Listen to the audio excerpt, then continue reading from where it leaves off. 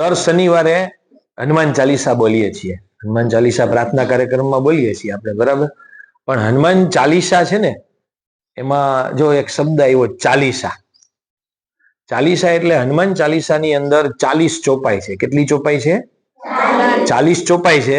અને 11 વખત ભગવાન રામનું નામ આવે. કેટલી વખત નામ આવે? 11 વખત ભગવાન રામનું નામ આવે.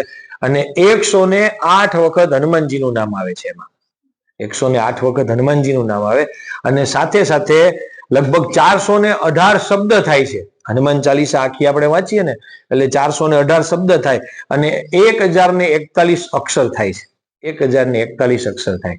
એટલે હનુમાનજીનું નામ 108 વખત આવે તો આપણે એક માળા ફેરવીએ ને એમાં 108 વખત ભગવાનનું નામ લઈએ.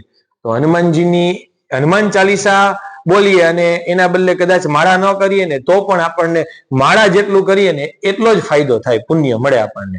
એટલે હનુમાન ચાલીસા આપણે પ્રાર્થના કાર્યક્રમમાં રોજ બોલીએ, પણ તમારે ઘરે પણ દરરોજ બોલવી જોઈએ, બરાબર.